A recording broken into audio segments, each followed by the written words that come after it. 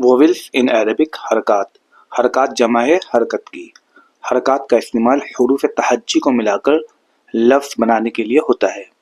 حرکات کے بغیر کوئی لفظ مکمل نہیں ہوتا۔ عربی زبان سمجھنے میں حرکات کی بہت زیادہ اہمیت ہے۔ حرکات ان کی علامتیں یعنی نشان مندرجہ ذیل ہیں۔ ضمہ، ضمہ پیش کو کہتے ہیں جو اردو ہی کی طرح حرف کے اوپر لکھا جاتا ہے۔ مثال دیکھیے، پا پیش بو، تا پیش تو، جیم پیش جو۔ فتحہ، فتح زبر کو کہتے ہیں جو اردو کی طرح حرف کے اوپر لکھا جاتا ہے۔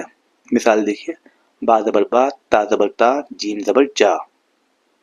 کسرہ، کسرہ زیر کو کہتے ہیں جو اردو کی طرح حرف کے نیچے لکھا جاتا ہے۔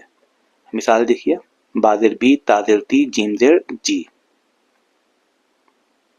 حرکات یعنی ضمہ، فتح، کسرہ کی آواز کی مقدار محض اتنی ہوتی ہے جیسے ٹک کی آواز یا جتنی دیر میں انگلی کو کھولا جائے۔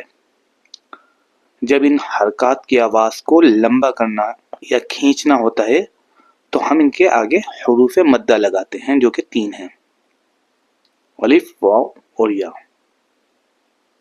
مثال دیکھیے، با پیش بو ہوتا ہے، واو لکھتے ہیں اس کے آگے تو یہ ہو جائے گا بو۔ با زبر با ہوتا ہے، الف لکھتے ہیں اس کے آگے تو ہو جائے گا با۔ با زیر بی ہوتا ہے، یا لکھتے ہیں اس کے آگے تو ہو جائے گا بی۔ آواز کھینچے گی، لمبی ہوگی۔